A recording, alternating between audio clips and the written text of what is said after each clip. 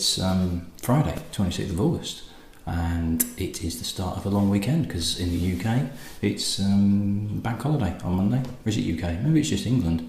No, I'm sure Scotland and Wales have got it as well. So 3 days off, yay!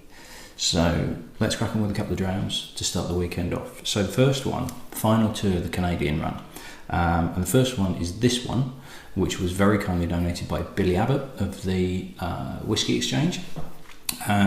And this is quite an unusual Canadian. So this is from a distillery called Potter's. And it was originally founded in 1958 by a guy called Ernie Potter in Langley, which is just outside Vancouver in British Columbia.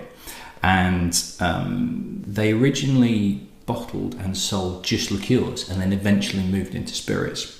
And in 1962, the company was bought by a guy called Captain Harold Cameron Terry, who was an ex-Australian seaman but was known as Captain Terry. And he ended up being CEO of the company for 20 years. Now, in 1990, they moved from Langley to a place called Kelowna, in British Columbia. Now here is a map, and it's basically the route if you were driving from Langley to Kelowna. According to Google Maps, it's 345 kilometres, so it doesn't look like much on the map, but it's a good 3.5 hour drive away, which I think for Canada is like us going down the road.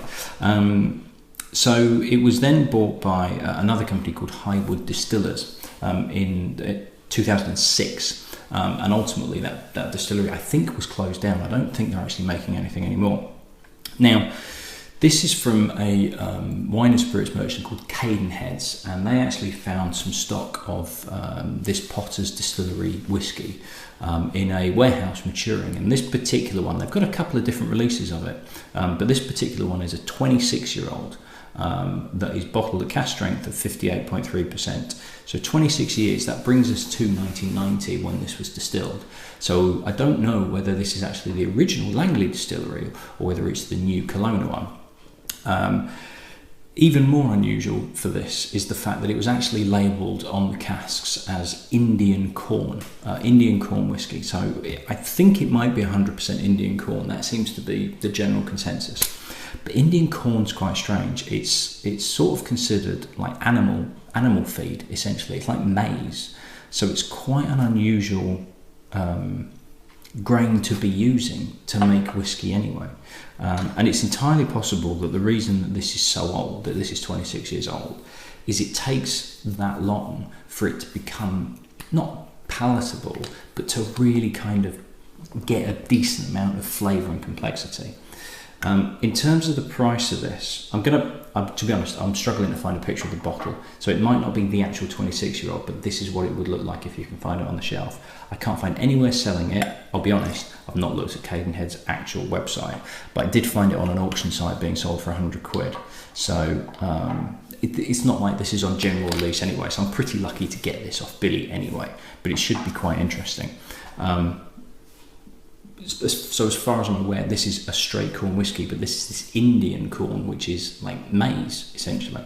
So I would guess probably no colouring added to it. It's a nice colour, but it does look not thin, but a little wishy-washy for something that's 26-year-old. Don't know what it's been matured in either, in terms of the type of cask, because obviously that's going to help impart some of the flavour. So difficult to know how much of an influence that's had, whether it's like a refill or whatever. Oh right, that went straight on the back of my nose. Now this is 58.3%, so I do have some water ready, and just judging by that first sniff, I'm probably going to need it. Well, it doesn't smell like a 26-year-old whiskey, let's put it that way. It's really quite... it's eye-watering. It's really sharp, really intense citrus flavour. It's not quite a sort of a lemon cleaner. Like you can get sort of lemon scented, I'd say lemon flavoured, like you're supposed to drink and stuff, but lemon scented like antiseptic wipes and floor cleaner and things like that. It's not quite as cleanery as that. It's much more kind of a very concentrated lemon juice. And not a lot else. It's really sharp, almost salty, but like a really, really fresh sea salt. It's difficult to get past the alcohol. I'm going to try it neat, but I've got a feeling, unless it really surprises me, it's really going to need some drops of water in it.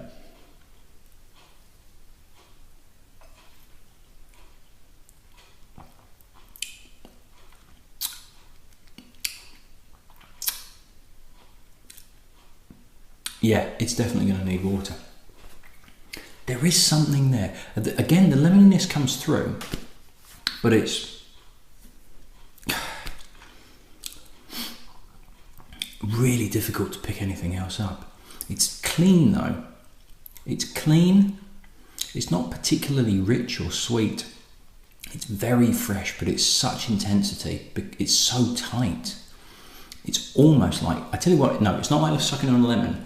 It's like sucking on the lemon sherbet sweets that you get. So it's like a hard lemon candy that's normally in the shape of a lemon. And then inside there's normally a bit of sherbet in there. Definitely an element of that, just because of the intensity of the sherbetiness.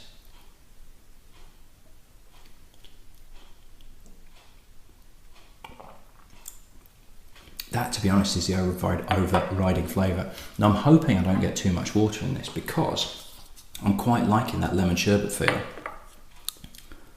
And I don't really want to kill it, but I really want to knock this burn down. It really feels like it's masking a lot. So I want to put a bit in, but I don't want to put too much that it just completely waters it down. That might not be enough.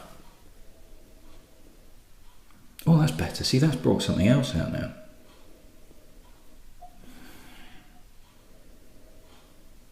Oh, that smells, wow, that really smells like freshly sawn wood.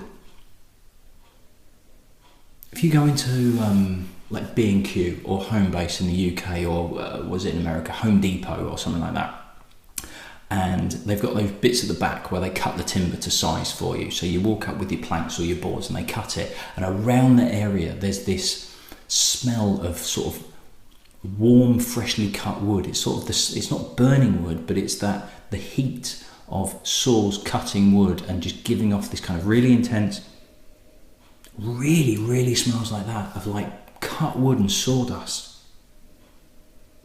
The lemon has really come down and it's freshly sawn wood. Oh wow, that's so intense of that particular aroma. More than anything else, that's really evocative. And that's so strange, and that's just with, I think, about 8 drops of water in there, has just completely changed from going really intense, concentrated lemon to this freshly cut, freshly sawn wood. And it's still there. That's amazing. That's probably one of the clearest aromas that I've ever had. The easiest thing for me to have been able to explain what an aroma smells like is that right now. It's so intense. It's unbelievable.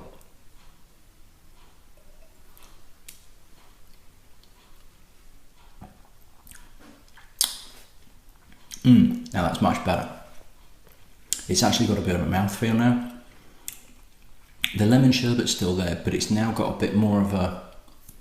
What is that? It's almost like it's like shredded wheat and Weetabix. It's not really malty, but you know how Weetabix with milk, if you get just enough milk to kind of soak it up and make it soggy, there's a particular sort of wheaty, but a soft, milky, wheaty flavour. And it's kind of that, along with this gentle sherbet feel to it as well.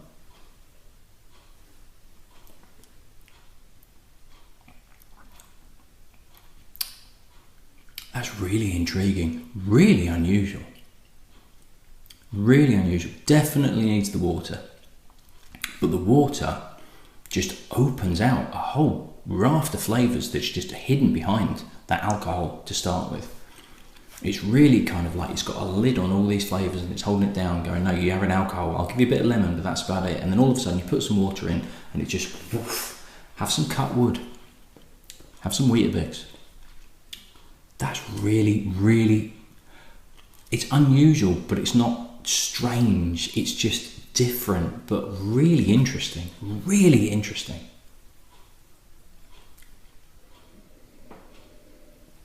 That cut wood smell is still there, and sawdust, and timber yards. I tell you, I've not had a whiskey that's had that nose before. We're what, 216 down now? No, 217. And I've not had a whiskey with that nose, and I wouldn't be surprised if I don't have another whiskey like that. Really distinctive, really unusual. Right, cracking stuff. Billy, thank you very much for that. That is an absolute doozy. Right, we'll do a quick rinse out. I'll have a quick swig of water. Another cask strength coming up, and I'll see you in the next one. Cheers.